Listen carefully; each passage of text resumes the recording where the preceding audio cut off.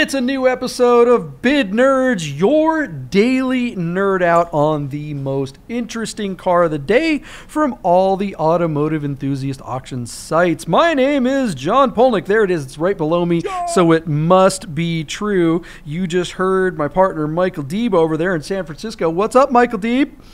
What's up, JP? It's great to be back on the show. Missed you. Yeah, buddy, you just smashed me in the face. I think that's a reminder for the audience to smash that like button, that subscribe button. Do it. Do it now. We really appreciate you guys watching the show. We really do. It's super fun having you guys join us every day, and we know there's a nerd herd out there doing it, and we have fun doing this with you guys. What do we do on the show? If you're new to the show, if someone out there spread the word and you were one of the people that got the word, and here you are, thanks for trying us out. What we do is we find the most interesting car of the day from all the auction sites. We have a conversation about that car, and then we make a prediction as what's going to happen with that car. So it's kind of like a game show. We try to. It's kind of like The Price is Right. Michael and I try to figure out which one of us is better at this. Usually it's me, not so much. Look, chances are you're better at it than us out there in the audience. We've got guys like Ross Churchhouse, Michael Myers. You guys are playing along. You guys are doing great.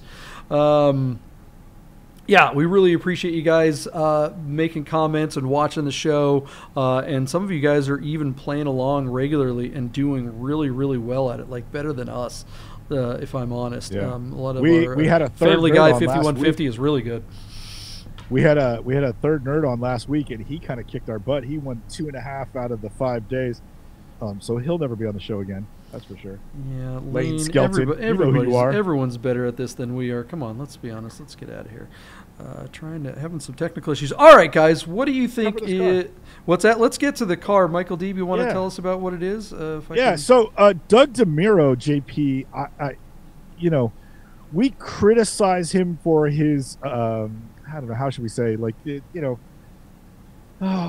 don't know. He doesn't bring a lot of sophistication to his site, but his platform is working. They're selling cars, and slowly but surely, he got more and more lots each day, each week. And now, JP, don't look now, but this week, Doug DeMuro's Cars and Bids auction platform is going to close no less than 3 or 4 sort of exotic supercars. One of which I thought was this cool 2000 Ferrari 360 Modena in a very rare color called Azzurro Monaco. I worked for Ferrari for a little less than 2 years, and I've never seen a Ferrari in this colorway, at least not consciously of the color. And when I worked there, we went through a lot of cars, a lot of used cars, but I cannot remember consciously touching or seeing a car in this beautiful Monaco. Our car is offered to us out of Wilbraham, Maryland. It has 36,000 miles on the car. The car is equipped with the F1 gearbox. That's the single clutch flippy paddle gearbox, which was new, offered for the first time to the public on this model. It's not the best. Certainly manual transmission cars from this era bring a high premium. But this car just seemed really nice, had regular sort of mileage on it. Seems to be in decent condition, all things considered. The as you can see there from the photos as we're talking, the seller is disclosing where he sees some flaws in the paint, and it's just put this car up on Doug DeMuro's site, which I think is a very interesting place to sell it. A car like this would certainly do really well and bring a retail number on Bring a Trailer, and possibly even do well on P-Car Market. But we rarely see cars of this ilk on Doug DeMuro's site. So I just thought it would be interesting to take a little deep dive into this one and see how it fares on the site. Our car also has a 2B exhaust. It's been treated to what they call challenge grills, mesh grills in the front and a beautiful mesh grill in the back that in the right light would allow you to see right through the back of the car and into the engine bay. And this car has upgraded challenge wheels that were not even an option on this car. Somebody actually had to pay for these cars retail and then mount them on the car. All of the last few services dating back to like 2019 and 2020 are listed on the listing itself, but none of those include the timing belt, which needs to be done on these cars. So while the service might not break the bank, it does need timing belts based on time, not mileage. So that will have to be factored into the final price when it gets to that point. But JP, a 360 with a single clutch gearbox, would you ever drive it, or would you just run it around the block and give it back? What do you think of the color? I know you're a big fan of like the darker shades, blacks and silvers of that thing. Does bright blue turn you on if it's a beautiful Ferrari? And then you think this car stands a chance to reach a retail number on Cars and Bids, or is this seller making a huge mistake and he should have put it on a different platform? I send it to you. Yeah, I definitely think this thing belongs on BAT for sure. But look, I mean, it's not a manual car, so it's not going to get a premium anywhere it goes. So, you know, I mean, Cars and Bids ain't the worst place in the world for it. Would I drive an F1 transmission Ferrari? Absolutely. You know, I mean, if the price is right, it's got to be discounted significantly from, you know, manual one, because the manual one's obviously so much better. You know, and to that end, actually, I had a question for you, because you are a Ferrari guy. You're the Italian car guy. You said the F1 transmission. What was the single clutch transmission in the previous generation, the 355? Was that not an F1, or was that a different transmission? They didn't. It was not back. It was only, or was there? Yeah, it was a single clutch. Yeah, same gearbox. Yeah, I thought that was. I thought the F1 was in the 355. Yeah, as well. So that's the first place that it was. You're right. No, you're correct. That's the first place it was offered. But here, when this car came out, everybody took the F1 gearbox. Yeah. Everybody went for it, and so. When we look back on the production numbers of these cars, I'd say it's somewhere between 20 and 15% took a manual gearbox, and those cars now bring over a 50% value premium if they have the gearbox. The only difference between the gearbox in this car and the gearbox in the 355 is probably an updated software program by Bosch to make the gearbox work a little bit faster, but it's still a contentious gearbox. Until they got to the dual clutch gearbox, these things just aren't smooth. They're not fun to drive, especially in normal driving conditions. Yeah, I mean, the people expect them to drive like an automatic, and the fact is they just don't. You got to keep them in manual mode, and you got to modulate your throttle just like you would any other manual car, even though it's not manual technically. Yeah, not fun to drive around traffic, but honestly, neither is one with a manual. I mean, you know, Ferraris just, especially of this generation, the earlier generations, don't like to go slow. They're only fun to drive when you're flying, when you can get the RPMs going. Good news with the timing belt on this car, you can access it through the port behind the seats. You don't have to take the engine out. Another Ferrari question I've got for you, Deeb, is this carbon fiber trim on the interior, is that a factory option, or is that something that the guy did aftermarket? Yeah, I'm not sure if it came stock on the car or not. I'd have to go back and look at the window sticker, but carbon was optional on these cars.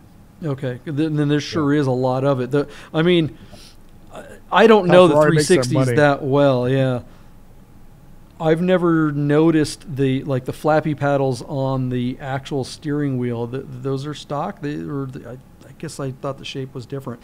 Which one? On the flappy paddles on the steering wheel. Yeah. Is that what it's supposed to look like? No, I don't think the paddles would have been offered in carbon. Yeah. Looking at the options, this thing it's the stitching, it's the paint, and the 6-stitch changer. So I'm guessing then at this point that all the carbon that's on this car is in fact aftermarket. Which they've got those big pieces on the door panels too, which I actually think all the carbon in here looks good. I don't have a problem with any of it. And you don't have any that doesn't look like it's got any of the sticky button problems, and I really like the colorway of the interior. This kind of black with the Daytona gray stripes and stuff like that looks really good on here. The blue color doesn't really do anything for me, but I don't think it's bad. It's not like I'd be like, I don't want this car because of the color, but I certainly wouldn't pay a premium for it, even though I know I am in the minority in that regards. This is the equivalent, JP, when we look at this car, a color I haven't even heard of. What we're looking at is the equivalent of Ferrari's paint to sample. The idea that it's this way out of range colorway that Ferrari was willing to paint the color. I think somebody may pay a premium for it because it winds up being by production numbers like a one of one, and that's what people are going cuckoo for. Porsche guys and Ferrari guys. Well, what do we think what's going to happen at the auction on this thing? Is Doug DeMuro going to be able to bring the money for this thing? So JP, with 2 days left, our car is sitting at $75,000, but just on 5 bids. Now, if this car was just bone stock and had, let's say, a belt service done, this is over $100,000 car based on the miles and the rarity of the color. I'd say that this is somewhere between $110,000 and $130,000 car. This car sitting here should be about a $100,000 car, but it needs a service. And so I think with all of that in mind, and the fact that it's on a slightly more obscure, like I don't think Doug has a huge market for Ferrari buyers. I'm going to be a bit bearish on this one, and I'm going to go $93,000. And I'm not confident that it'll even reach that because it's cars and bids. So 93, I think that's the real number for the car.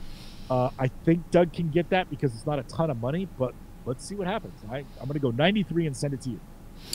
Yeah, I think I'm going to look, like I just said before, I don't think the color detracts from the how beautiful or not beautiful this car is.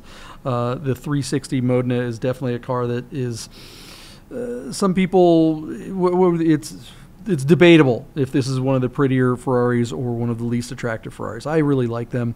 I'm not a big fan of the headlights, whatever, but I think the color is fine. I'm going to think, though, that this color being rare, like you said, is going to bring a premium. People pay money for that. I don't know, for the life of me, I don't know why people would be willing to pay such a premium for a rare color, but it's pretty obvious that they do. So I'm going to bid over you by just a little bit. I'm going to say 95. I think this car is going to break 100. I think this colorway really lends itself to someone popping for it. I think it would look better in red or black or silver, but whatever. Those colors certainly wouldn't be very rare, though.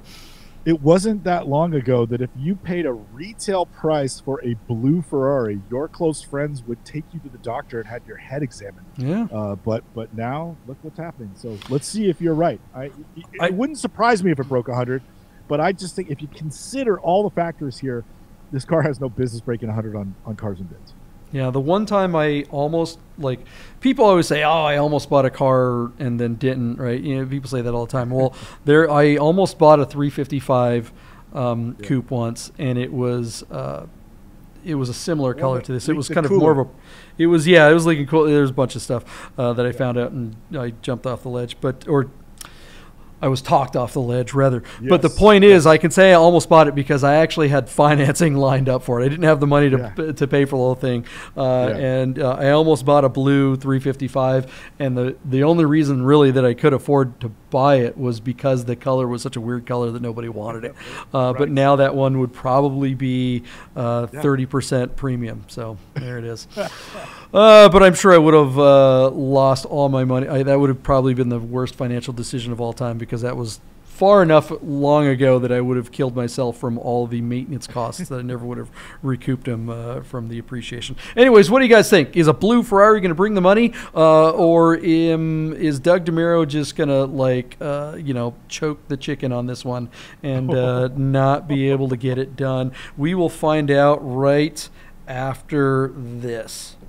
Hey guys, I'm super excited to tell you about our sponsor, Guys Customs. That's Guys, G-Y-X _customs. That's how you spell it. Guys Customs bracelets. These things are amazing. Check them out. They're handmade in America, custom bracelets made to match your watch or your car. These things are unbelievable. I have 3 or 4 of them myself. My partner Michael Deeb has a bunch of them. They're pretty addictive once you get one. Each one of them are bespoke. We're talking carbon fiber. We're talking titanium. We're talking stainless steel, glass. There's none of this cheap Chinese garbage that you see a lot of bracelets being made out there. These ones are super high quality. They're made right here in America. When you go to Guys Customs on Instagram. It's about the only place that you can order one of these. When you DM the artist, you're actually reaching the real artist when you DM Guys Customs at Instagram. And she will make you a bracelet made to match that special watch, that special car, or that special person that has a special watch or a special car and they want something really, really cool in their life. They make the most amazing gifts. I get compliments on mine all the time. Everywhere I go, people are like, wow, that's really cool. You can see in the pictures, these beads, the colored beads are PTS. They're paint to sample. So if you have a specific color code for your car, she'll have beads made that are specifically painted to match your car or your watch. It's unbelievable. You got to get one of these Guys Customs bracelets. Check them out. They support us, and we really, really, really want to support them. Guys Customs bracelets. All right, let's get back to the bids. Let's find out how much that car sold for today. We are back from the future. Welcome back, everyone, to Bid Nerd, your daily nerd on the most interesting car of the day from all the automotive enthusiast auction sites. Today, we thought we would bring in some help because as nerds, we do a great job. As bid nerds, not so much. We clearly don't know what we're doing. We always tell everyone not to listen to what we say, and there's loads of evidence to back that up. That's why we thought we'd bring someone in who is an expert for a change. Welcome to the show, everyone. Bradley Brownell, the director of the Crawford what's up, Aviation Museum. Look at that. What's up, buddy? Hey, don't listen to anything I have to say either, because I don't know if I know anything.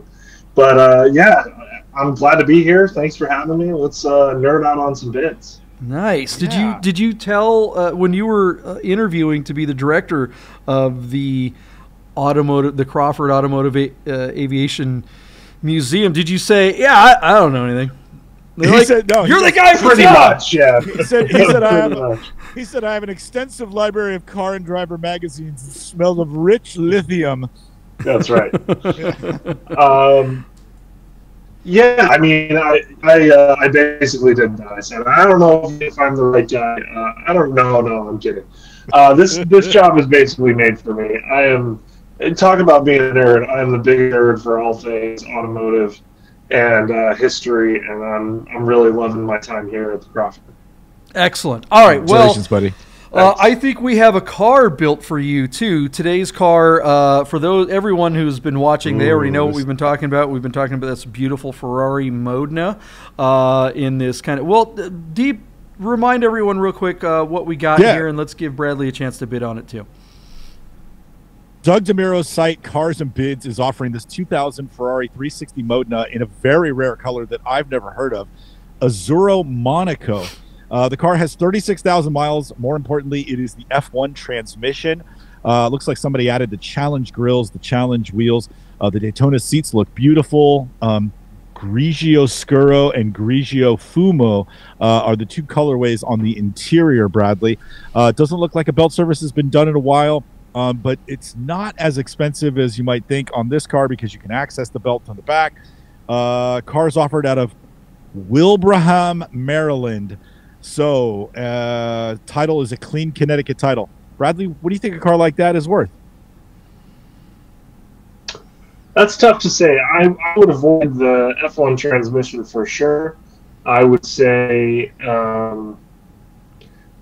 boy. I mean, I know they're hovering around six figures these days, but I wouldn't go over like 75 for that. I love the color, but the transmission has me running away. Well, JP, you're saying, well, hold on, Bradley on the show. I know. Well, Bradley, you're saying that you wouldn't pay for that, but what do you think was the result of this auction? Deeb, you want to give him our bids and then give him a shot at actually giving a number?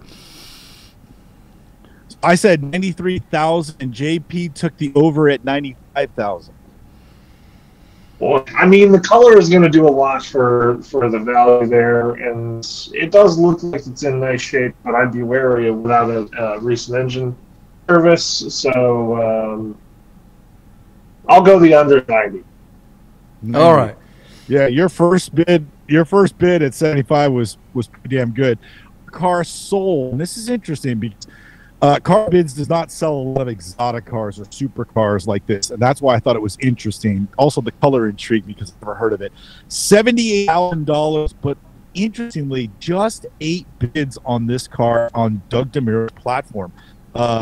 78 is and it's sold at that price, which is just shocking to me. I'm really, this was the most intriguing car to me of the week. I know JP was really intrigued by the Wagoneer, but this one is fascinating to me. Bradley, you flirted with the idea of owning a 360 Modena. What do you think of the value there at $78,000, and all it needs is a belt service, and you've got, you know, maybe a one of one in this country in that colorway?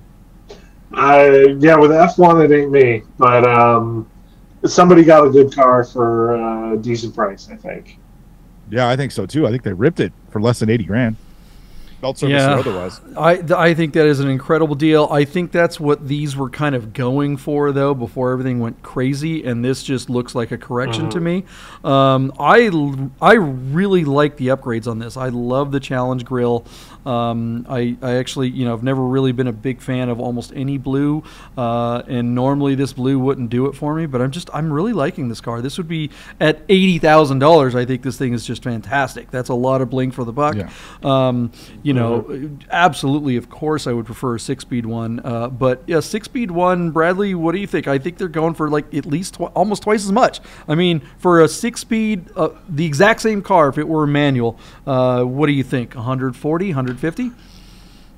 Probably around there, yeah. It wouldn't be deep six figures, but it'd be into the hundreds for sure. I'd say maybe 20-ish. And the crazy thing about it, though, is you could do the swap because it's all factory parts. So yeah, grand. This might be something where you buy it for 78, you put 25 in it, and you've got a bargain basement manual transmission 360. Yeah, that's a bad plan. Yeah, and unlike a few years ago, that would have completely ruined the value because Ferrari people used to be all about everything being matching exacty. But nowadays, a lot of Bitcoin bros and a lot of new money into these cars, and people just don't care nearly as much. I think it's also a younger market. Yeah, I think people my age and younger are starting to be able to afford stuff like this, and they don't care so much about being perfectly. They want it to be what they want, not necessarily what it was built as. Yeah, and this is the perfect starter Ferrari. I mean, it used to be like a 348 or maybe a 355 that you could get somewhere in the $50,000, $60,000, $70,000 range. But those had just horrible reliability issues and crazy expensive maintenance schedules. But this is kind of the perfect Ferrari for someone new to get into it because, like Deeb said, you can actually access the engine without removing the entire thing. So those service intervals may be as often, but aren't nearly as expensive to deal with. So yeah, I think this would be a great starter Ferrari. Guys, what do you think about the results of this 360 Modena? Is this was that a good buy? Is this the correction that we've been talking about? Is it coming? Are we going to see a collapse in prices, or do you think this is just this car just didn't belong in the hands of Doug DeMuro selling something this nice? Let us know in the comments below. We love hearing from you guys, Ross and 150 and all the people that are playing along. We really do enjoy seeing your guys' bids, and frankly, I don't know, I might stop telling everyone to do that because people are beating us on the regular, Bradley. Our fans are like really good, and we kind of, well, we suck. I mean, let's be honest, we're not very good. All right, guys, we will see you tomorrow, and maybe Bradley will show up too. Who knows? Stick around, find out. Oh, I hit the wrong thing. There we go. We'll do that.